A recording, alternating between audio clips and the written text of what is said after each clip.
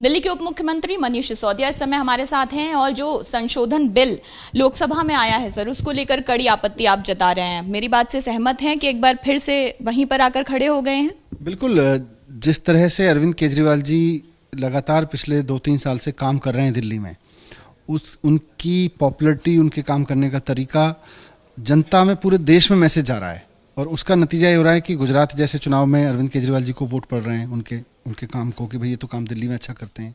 हिमाचल में म्यूनिसिपैलिटी के चुनाव होते हैं, वहाँ पे वोट मिल जाते हैं। तो हर जगह जहाँ जहाँ अरविंद केजरीवाल जी जा रहे हैं, कहीं ना कहीं ये लग रहा है कि यार ये आदमी ठीक काम कर रहा है। तो अब ये सोच रहे हैं कि इस काम को रोका जाए किस तरह से।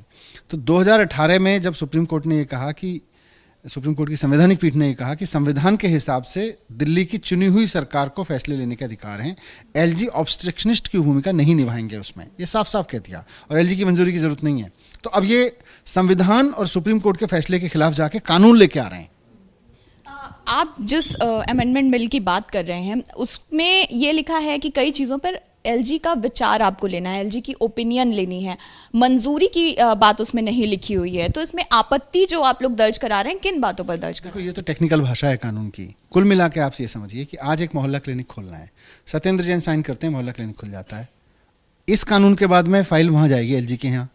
जैसे आपको उदाहरण बताता हूँ, 2018 से पहले जब हर फाइल एलजी के पास जाती थी, जब ये मानते नहीं थे, तो उस वक्त हमने डोर स्टेप डिलीवरी नाम की एक स्कीम लाई।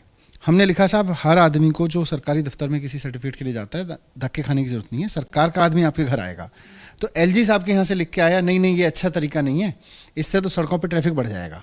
एलजी ने लिख के भेजा, तो ये उनकी ओपिनियन थी, तो इसका मतलब मना हो गया ना। उसकी वजह से हम डोर स्टेप डिलीवरी नहीं कर पाए। 2018 में जब सुप्रीम कोर्ट ने कहा कि चुनी हुई सरकार के पास फैसला है, तो मुख्यमंत्री जी ने साइन किए, कैलाश गहलोत जी ने साइन किए, मुख्यमंत्री जी ने साइन किए, लागू हो गया। आज सैकड़ों सर्विस लाखों लोगों को घर बैठे मिल रही हैं। तो इसका मतलब काम रोकने की आपकी मंशा है ना। आप जब सुप्रीम कोर्ट ने कह दिया कि चुनी हुई सरकार फैसला लेगी, फिर आप एलजी को फैसला लेने के लिए क्यों कहते हो? कहीं ना कहीं आपकी मंशा में गड़बड़ है। ये तो टेक्निकल है।